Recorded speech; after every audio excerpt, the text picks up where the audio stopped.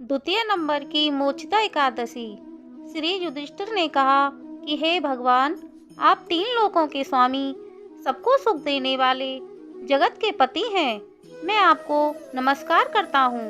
हे देव, आप सबके हितैषी हैं। मेरे संशय को दूर करके मुझे बताएं कि मार्गशीर्ष शुक्ला एकादशी का क्या नाम है।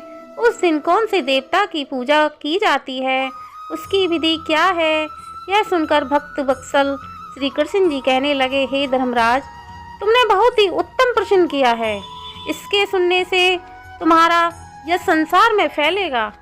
तो आप सुनो, मार्गशीर्ष शुक्ला एकादशी का नाम मोक्षदा है।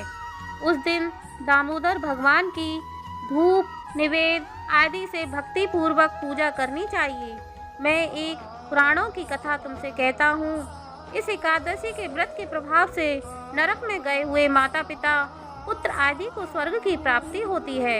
यह कथा आप ध्यान पूर्वक एकाग्रचित्त होकर सुनिए। गोकुल नाम के नगर में बैकानस नाम का एक राजा राज्य करता था। उसके राज्य में चारों वेदों के ज्ञाता ब्राह्मण रहते थे। वह राजा अपनी प्रजा का पुत्रवत पालन करता था। एक समय रात्रि को सोते समय राजा ने स्वप्न में देखा कि उसके पिता नरक में पड़े हैं। स्वप्न को देखकर उन्हें बहुत दुख हुआ और प्रातः होते ही विद्वानों ब्राह्मणों के पास जाकर अपनी स्वप्न कथा कहने लगे कि मैंने अपने पिता को नरक में पड़ा देखा है और उन्होंने मुझसे कहा है कि हे पुत्र, मैं नरक में पड़ा हूँ, यहाँ से तुम किसी प्रकार मेरी मुक्ति करो। जब से उनके यह वचन मैंने सुने हैं, मेरे चित्त में बड़ी अशांति हो रही है। मुझे इस राज्य प्रतीत नहीं होता। अब मैं क्या करूं, कहाँ जाऊं? इस दुख के कारण मेरा सारा शरीर जल रहा है। अब आप कृपा करके कोई तप, दान, व्रत आदि ऐसा उपाय बताएं जिससे मेरे पिता की मुक्ति हो जाए। उस पुत्र का जीवन व्यर्थ है जो अपने माता पिता का उद्धार न कर सके। एक उत्तम पुत्र जो अपने माता पिता तथा पूर्वजों का उद्धार करता है, हजार मूर्ख पुत्रों से अच्छा होता है। जैसे एक चंद्रमा सारे जगत में प्रकाश कर देता है, परंतु हजारों तारे नहीं कर पाते। राजा के ऐसे वचन सुनकर ब्राह्मण कहने लगे कि हे राजन, ये समीप ही भूत भविष्य वर्तमान के ज्ञाता पर्वत ऋषि का आश्रम है। आपके प्रश्नों का उत्तर वे भली भांति दे सकते हैं। ऐसा सुना राजा मुनि के आश्रम पर गए और उस आश्रम में अनेकों शांत चित्त योगी और मुनि तपस्या कर रहे थे। उसी समय उसी जगह चारों वेदों के ज्ञाता साक्षात ब्रह्मा के समान पर्वत मुनि बैठे थे। राजा ने वहां जाकर उनको साष्टांग प्रणाम किया। पर्वत मुनि राजा से कुशल पूछी। राजा ने कहा कि महाराज, आपकी कृपा से मेरे राज्य में सब कुशल हैं, परंतु अचानक एक बाधा आ गई है जिससे मेरे चित्त में अशांति हो रही है।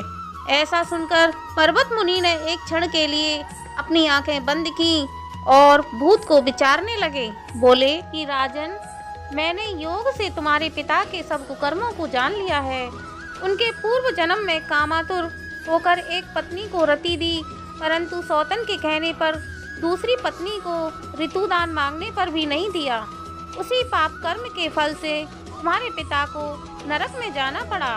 तब राजा बोले कि हे महात्मा, मेरे पिता के उद्धार होने का उपाय बताएं। पर्वत मुनि बोले, हे राजन, आप मार्गशीर्ष शुक्ला मोक्षदा एकादशी का व्रत उपवास करें और उस उपवास के पुण्य को अपने पिता को संकल्प कर दें।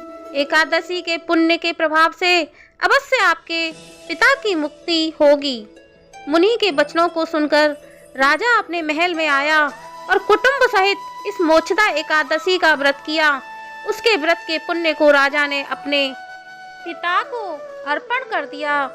उपवास पुण्य फल से राजा के पिता को मुक्ति मिल गई और पिता स्वर्ग में जाते हुए अपने पुत्र से कहने लगे, हे पुत्र, तेरा कल्याण हो।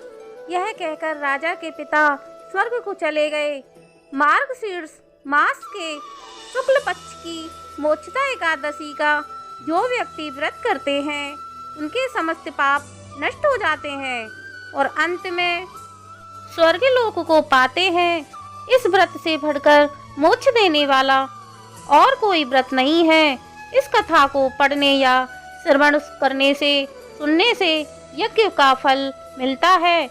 यह व्रत मोक्ष देने वाला तथा चिंतामणि के समान सब कामनाएं पूरी करने वाला है। तो मोक्षदा एकादशी का महात्म समाप्त हो गया है। बोलिए जय श्री राम, जय हनुमान।